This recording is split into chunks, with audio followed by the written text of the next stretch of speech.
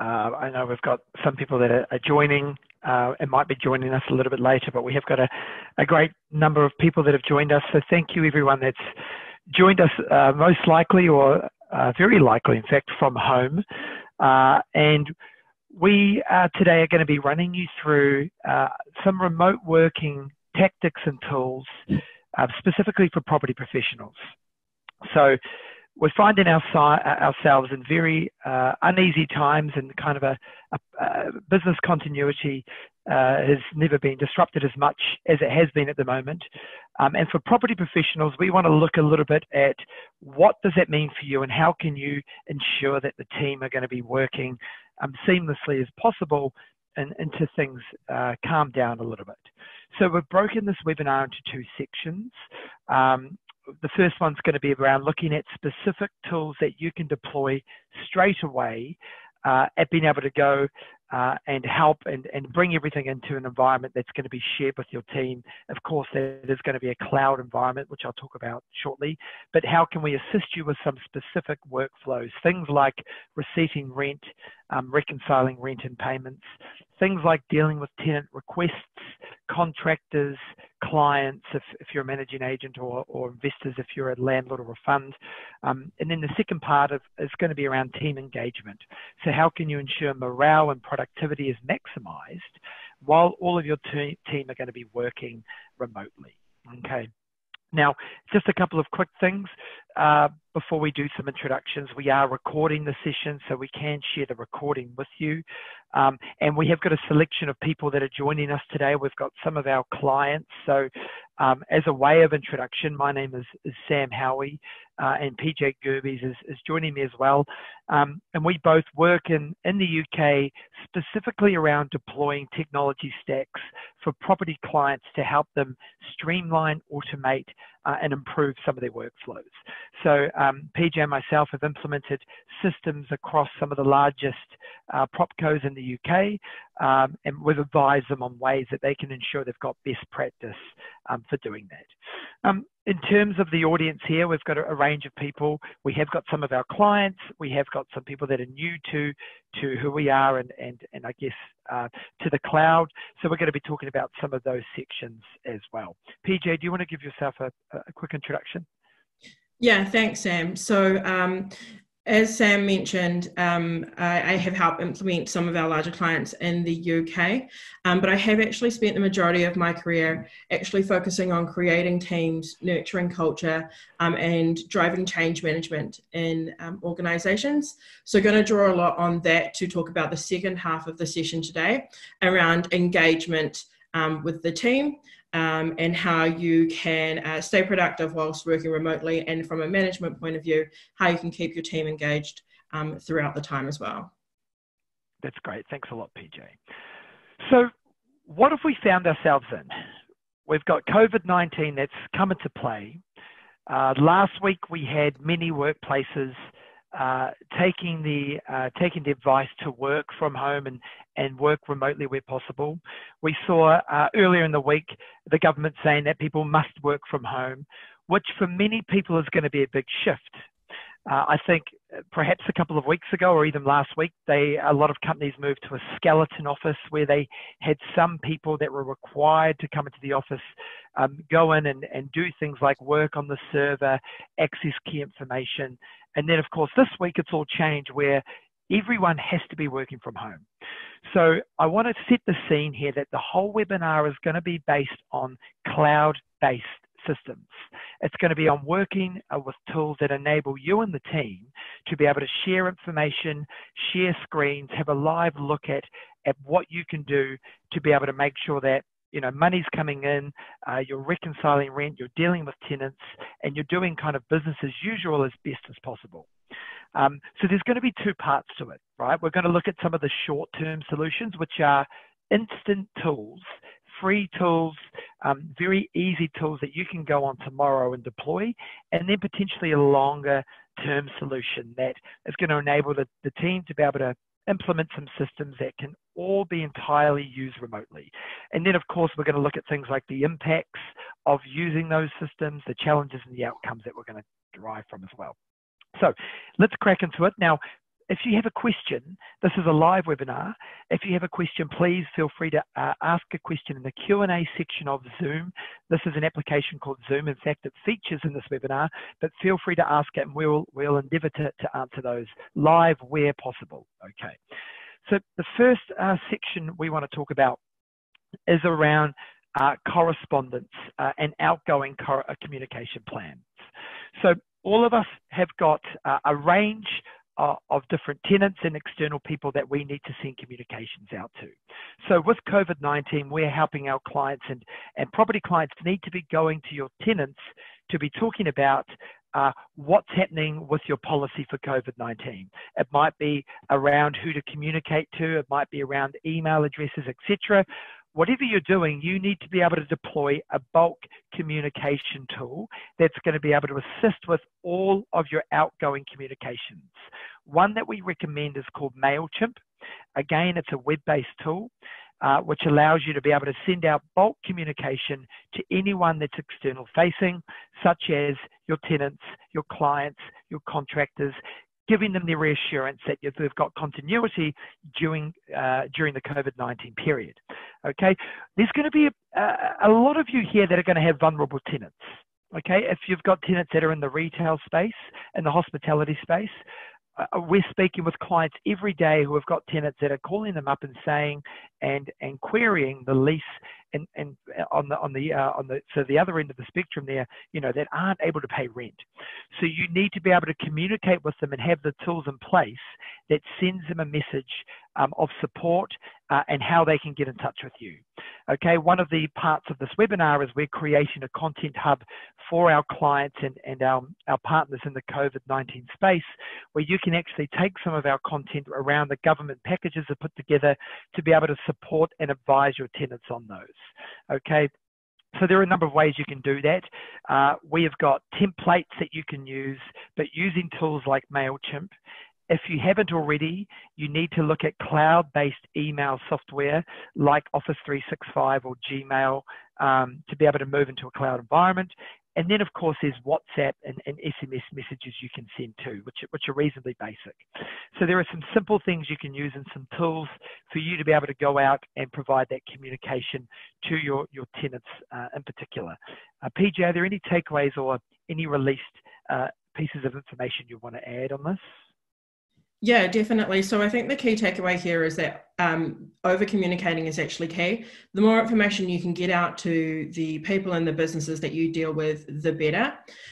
For our Re-Leased customers, the templates that Sam mentioned will actually be provided within the software by Friday so that you can set them directly out of Re-Leased. And don't forget that in Re-Leased you have the pre-built-in mailing lists, so you can automatically send an email to all of your tenants or creditors or owners in kind of a couple of clicks without having to filter down your lists manually. That's great. Thanks a lot, PJ. The next slide we want to talk about is around some of the incoming communications that we're going to receive. So you're going to have incoming requests for maintenance, incoming queries from tenants, and you're going to have some of the contractor instructions that you're going to be dealing with too. So in terms of having these requests, there are some tools that you can use which are going to be excellent for that. So the first one is there's a tool called FixFlow. We integrate with FixFlow as a software provider as well, but this is an off-the-shelf tool that is very cost-effective, that can take care of the whole maintenance request and contractor instruction workflow essentially. Okay, so FixFlow is very good to be able to do things like let your tenants issue requests via their mobile phone for that to come in and be able to instruct the contractor with the works order and that kind of thing too. So FixFlow is a great tool. There's also some suites that we recommend. So Google Sheets and Google Documents is like, for those that aren't familiar, and for some people this would be very, very basic for you, but just to paint the scene, those are like Word documents and Excel documents that are used online and you can share live with your colleagues. You can put updates in, you can leave comments, and you can track information in a live environment while you're all working from home.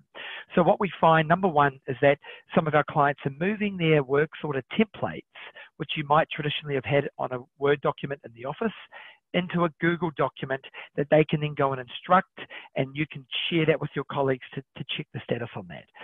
The second one might be a Google Sheet.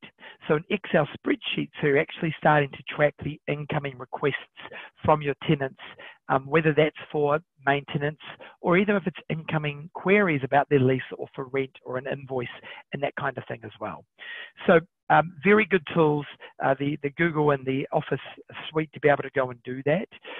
One of the things we do find is for many of you, you might be using a server-based system. So you might have had the accounts team and the property management team using a server-based system. So you might be deploying a VPN to remote into that server. These are backups that you can use because that remote VPN, there is some risk around having that crash because it's based on the Office server and the internet and everything else as well. Now, the third point on the slide is around internal communication. As a company, we try and we always explore ways that we can collaborate while working from home as easy as possible. So Slack is a tool that's an instant messaging tool that can be used on a web browser or your phone or a laptop, whatever it might be, for you to have live instant messages between your team. It's excellent. Another one is Microsoft Teams or Zoom, where you can have webcam and video calls where you can share screens, see if you're looking at one document, see each other's faces and do all of that from the comfort of your home on your laptop. And then I've also got, Hangouts in the G Suite as well. So documents and tools that you can use to put live information around information like maintenance requests, contractors, issuing work orders and that kind of thing too. So key tools that are very cheap, if not free, to be able to deploy. PJ, what are some of the key takeaways and what are some of the release tips we can add to this? Yeah, definitely. So I think that the key takeaway here is don't being afraid to create a tech stack and having lots of layers of different products to use. It's very hard to find one that's really good at everything. So instead rely on the different specialties that are available. The second, for our Re-Leased customers, just a reminder for your incoming communication, we do have a tenant app available, which means your tenants are able to lodge maintenance issues with you directly from the app without having to call into the office. And through the Re-Leased software, you'll then be able to triage the tasks that are coming through and decline any that you aren't able to facilitate at the moment. That's great. Thanks a lot, PJ. Having access to vital information. So what we're going to find is now that we're all working from home, you're going to have some critical information for your contacts that you're going to need to access at your fingertips. From a tenant's perspective, the email information, a phone number, having the lease information handy. And what we find is, again, using a Google Sheet for that is very powerful to have a depository of contact information that you can call on and use if you need to go and call them about a dispute, talk to them about your policy for COVID-19, or be able to go and instantly contact them. So that Google Sheet can be shared amongst the team, and it's something that you can export from your server in your office. I've also put remote VPN in there. So a lot of you are going to be needing to access information on your server. There are, whether you're using Citrix, whether it's a remote VPN, you are going to have ways that you can access that server remotely. All I would say is have a backup plan for that, because we're hearing more and more at the moment that because the offices are empty, if the internet crashes in the office, if the server gets overloaded, if your internet goes down, you're not going to be able to access that information. So you are going to need to look at things like Google Sheets, Google Documents to do that. Documents are critical at this point in time, specifically lease agreements, supplier contracts, and your client contracts as well. So your tenants are going to be, they're going to be interrogating their lease. They're going to be looking at ways and different clauses at how they're going to be able to get out of things like paying their rent, look at ways they can protect themselves because their business is in trouble as well. So using a document storage facility, a single source of truth to have your documents in one place that the whole team can access. We recommend Dropbox or Google Drive or OneDrive, where the whole team can access documents. You can leave a live update, have a commentary attached to those, and a lot of these give you free options to use those as well, but it means that we're not relying on the office or a physical lease being stored somewhere that the team can't access either. In terms of clients, you're going to need to communicate with your clients about what's happening with your policy for your team. So the bulk communication tools we talked about are really helpful for that, but also having the contract or the agreement you've got with them. People are going to get nervous. People are going to want to look at their options around, if you're a managing agent, how they can see what their options are in terms of saving costs. So you need to know and have those documents ready at hand. PJ, any key takeaways around vital information for our clients? Yeah, definitely. I think now more than ever, having a single source of truth is really essential, and being able to have everything in a central location that everyone can gain access to. For our Re-Leased users, obviously you're already making use of that with the software and being able to store all of your documents and your lease information. But just a reminder around your user permissions, and that you can set very specific permissions for each of your users so that they can only gain access to the information that they need. That's great. Thanks a lot. Here we've got some specific things we want to talk about. So today is the 25th of March, and we know that rent is going to be receipted and reconciled over the next few days, and we've got everyone working from home, okay? And I bet you've got people in your team who traditionally, potentially in the finance team, who have come in, they've got their process that they're used to, they've got their normal workflows that they've done, and this is going to throw everyone off guard that aren't used to working from home. So we need to keep track of who's paid rent, and we need to track things like payment plans with tenants and be able to manage these. So the first thing we want to talk about is online banking. Now, for a lot of our clients and a lot of you're going to need dual authorization to access online banking and do things like reconcile and authorize payments. We strongly suggest using a screen sharing facility to do that with the relevant director or the principal who needs to authorize it with the operational user. So the example here is you can use Hangouts, Google Hangouts, Zoom or Microsoft Teams, where you can essentially see the one screen, log into the online banking and go through those relevant authorizations while you're both in a different location, okay? We also talk a little bit about some of the accounting software in the market that allows you to use this in the cloud. So some of you might be familiar with Xero, Sage, and Microsoft Dynamics. These are ones that we're familiar with, where essentially you can go one beyond doing your online banking and reconciling and payments, but also hooking in a cloud-based accounting system that can allow the business owners to be able to see forecasts. They can see the performance of the business, all of the things that are going to be relevant for you. Now, in terms of keeping track of these, a Google Sheet is going to be really powerful from a very simple perspective at being able to track who's paid and who hasn't. Using some of the payment providers that we've got here. So you might be familiar with Stripe and Go Cardless. This is a way that you can give your tenants different tools to be able to pay their rent in ways that they didn't used to be able to do so. So Stripe allows your tenants to be able to pay an invoice by credit card. Go Cardless allows your tenants to be able to set up a direct debit if they're on a payment plan.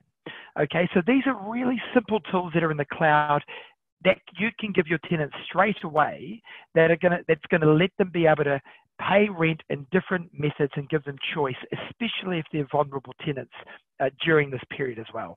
So these are very, very powerful ways that allows you to keep collecting revenue and integrate it with your banking, online banking as well. PJ, any takeaways that we can add to this, please? Yeah, so obviously we're in a time of financial uncertainty. So getting insight into your cash flow, any concessions and payment plans is absolutely key. For our Re-Leased customers, don't forget that you can leave notes against tenancies. I would suggest creating a specific note type for COVID-19 so that you can pull down reports on any notes across your whole portfolio relating to the COVID-19 and any concessions or plans you've made. Thanks very much, PJ. And then just before we move on to the second part of the webinar, supplier invoice approvals. So this is something that is actually tipping some of the people we're speaking with on their head. So I would say 95% of the property companies we deal with have a physical and a paper-based approval process for supplier invoice. invoices. This might ring true for you. Now, you cannot do that. It is impossible for you to be working from home and use a paper-based process to get supplier invoices approved. So there are two really awesome tools I want to tell you about. HelloSign and DocuSign is an online signing facility that can be used internally, where a PDF document can be then sent to one of your colleagues to be able to sign that off with a signatory, which is going to be, and for your reference, HelloSign and DocuSign is kind of liable. It can be held up in a court of law.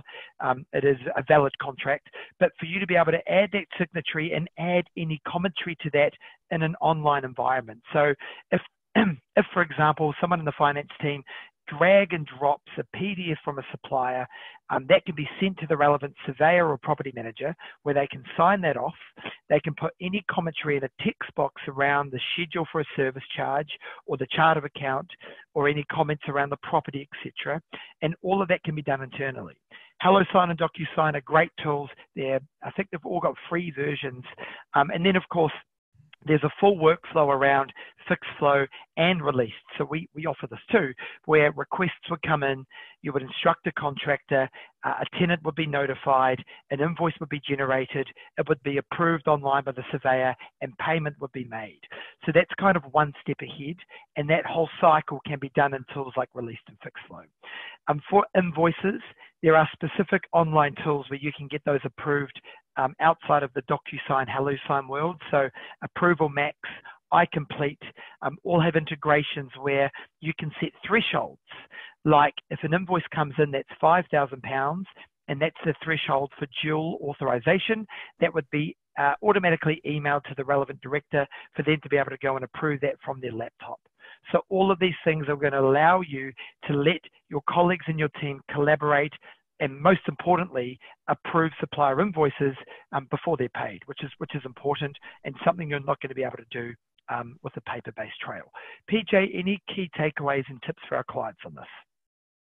Yeah, so obviously, as you just mentioned, the paper-based process isn't an option anymore. So for our Re-Leased clients, we do have a bulk invoice tool, a bulk expense invoice tool, where you can upload multiple invoices at a time and process them in bulk.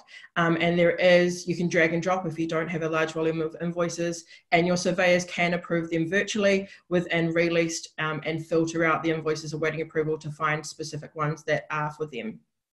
That's great. Thanks a lot, PJ. So just want to summarize here, guys, before we move on to some of the more the strategic ways we can help create engagement and productivity with the team. The cloud is the only way forward here. Okay, for you to be able to have business as usual, you need to be looking at these tools. You need to be looking at the Google Office suite for Google Docs and Excel spreadsheets to share with teams. You need to be looking at Slack and Zoom to do in-house collaboration. You need to look at HelloSign and DocuSign to get things signed off that traditionally were all paper-based. And then, of course, Re-Leased, which is the company we work for, puts all of that together for a property management and accounting system in the cloud too. So I'm just going to hand over to PJ to talk a little bit more around creating an engaging culture from working at home, which we know can be a challenge. Thanks, Sam. Yeah, so obviously we're in an environment now where everyone's working remotely, and that's quite new to a lot of people. It's not new to us at Re-Leased. We always have had a remote working policy where staff could work from home or wherever they needed to, whenever, basically. So there's lots of things that we've learned along the way that we thought would be key to share with you.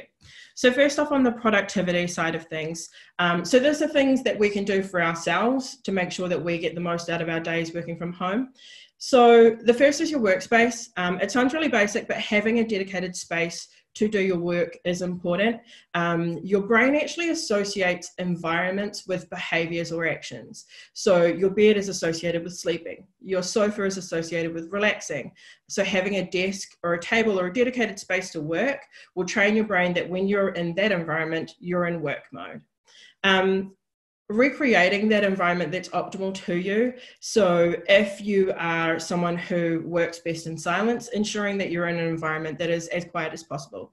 If you're someone who can't work in silence, having some background music on to break that up. The third thing here is natural light. If you work from home for a couple of days, you might not notice that the light actually has an effect on your day. But once you're looking at kind of days, weeks, possibly months, you'll definitely notice the difference that it makes. So making sure that you position your workstation as best can in some natural light. The next part here, sorry, Sam, if we can pop back to the last slide, thank you, is routine. So making sure that you stick to a routine. You've probably actually heard this a lot, but behavioral science shows us that routines help us stay focused and actually help our mental health as well. So incorporate parts of your old routine, have a shower, get changed, get ready for work like you normally would, but also include steps to factor in the environment that we're in at the moment. Taking care of your mental health is more important now than ever. You might need to factor in childcare if you've got children at home, and liaising with who else is in the house with who will look after children or occupy children whenever. The next thing here is a plan. Make a plan for your day, break it into sections, and make sure you share that plan with the team. You could do that as simply as blocking out time in your calendar for different tasks that you're doing throughout the day. And if you use, a Google Calendar or Office 365, your teammates can link into that and see that in real time, what your plan is for the day. The last thing on this slide is around your breaks. Now, when you're working in an office environment, you never work for 8 solid hours of intense focus. There is lots of micro breaks that happen throughout the day. It might be you've gone to the kitchen to make a coffee and you've run into a coworker, and so you've had a little conversation, or someone's come to ask you a question and you've had a bit of a chit chat. So replicate those. Don't force yourself to sit at the desk for 8 solid hours, because you won't be as effective as you could be. Take some time out, go get a drink, go for a walk or what have you, or just give your colleagues a call. Give them a quick video call, FaceTime or what have you. Keep that social aspect up, but break your day down. So on the next level, we've got really is from a management point of view. Engagement is more important now than ever. And there are some things that we don't realize that we do day to day, perhaps face to face, that we really need to work on when we work remotely. So the first thing is around over communicating and setting expectations. One of the things that we do at Re-Leased is all of our teams, we have what we call a stand up every morning. They're very short, 10, 15 minutes for everyone to check in together and kind of talk about what the day ahead is going to be. We do it via video to increase that human touch, to get that social interaction. And we often set goals. And from a management point of view, my aim there is not to set goals for my team, but to aid them, facilitate them in setting goals for themselves. The next part here is around getting visibility into what everyone's up to, and making sure that everyone's on the same page, especially if we're talking about team projects and collaborating as a team. So Sam mentioned earlier that we use Slack. Slack is a really good tool. We have various chat rooms where teams who are working on certain projects can keep in touch with each other and let each other know what they're doing. We also have a really simple thing that if we are leaving our computer for a break for whatever reason, we can update our status to show that we're on a break. So if a colleague was wanting to reach out and ask a question, they'll know that, I'm away and they can wait until I come back from my break. The next step here is to trust your team, so don't rely on these first 2 points around, setting goals and getting visibility into work. Don't fall back into micromanaging people because of the environment we're in. It's already quite a stressful time for a lot of people, so micromanaging them isn't going to aid it. Instead, play to your team's strengths. You will have team members who might be quite extroverted and they're really missing all of that kind of people time that they're used to having. So rely on them or encourage them to reach out to people into your team to have conversations, and focus your time on those that might be struggling. Next is rewarding and recognition. It's really important that we continue to reinforce positive behavior in a remote working environment. And there's some really cool creative ways that you could do that. It might be, sending out an Amazon gift card to someone who's done a particularly good job so that they can buy something online to be delivered to break up the boredom of being at home. Or it might be getting them a Deliveroo or Uber Eats voucher so that they can order in lunch one day. And lastly, here we have, care for your team. They're not just team members. Obviously, we're working with people, we have feelings. As I mentioned, it's quite a stressful and difficult time for everyone. So it's important that we check on our teammates and our colleagues, encourage social behavior, do little video calls and have just catch ups, call someone just to chat, and encourage some fun stuff. So some examples of things that we have done or we have coming up at Re-Leased is last Friday, we still did our Friday night drinks. We did it in the office every Friday at 4:30. We have a beer together and we catch up, and we did that on Friday virtually. We all had a beer in our own house, and we, went through our highs and lows of the week. We've got some group workout situations going on.